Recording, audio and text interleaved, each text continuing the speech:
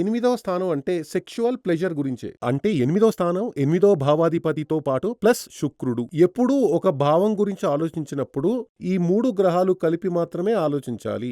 రెండో స్థానం గురించి చెప్పినప్పుడు రెండో స్థానానికి అధిపతి అంటే రెండో స్థానంలో ఉండే గ్రహం, రెండో స్థానానికి అధిపతి ఎక్కడ ఉంటే అక్కడ. తర్వాత రెండవ స్థానం అంటే ధనస్థానం, ధనానికి అధిపతిగా ఉండే గురువు. అది ఫినాన్షియల్ సంబంధితంగా ఆలోచించేటప్పుడు, ఫ్యామిలీ గురించి ఆలోచించేటప్పుడు గురువుని కాకుండా అక్కడ శుక్రుడు గురించి ఆలోచించాలి, థింక్ చెయ్యాలి. ఎందుకంటే శుక్రుడే శక్తి అధిపతి. కాబట్టి శుక్రుడికి ఎంచుకుని ఒక వ్యక్తికి యొక్క కామేచ్ఛ ఏ స్థాయిలో ఉందో తెలుస్తుంది. ఎప్పుడు జాతకం చూసేటప్పుడు స్త్రీ జాతకంలో శుక్రుడు పవర్ తక్కువగా ఉండాలి, పురుషుడు జాతకంలో అది కొంచెం ఎక్కువగా ఉండాలి. అలా ఉన్నప్పుడు మాత్రమే దాంపత్య జీవితం సంతోషకరంగా ఉంటుంది. మీ జాతకం గురించి నా మాటలు వింటున్నది ఒక స్త్రీ అయితే ఆమె దగ్గర నేను అడిగేది ఏమిటంటే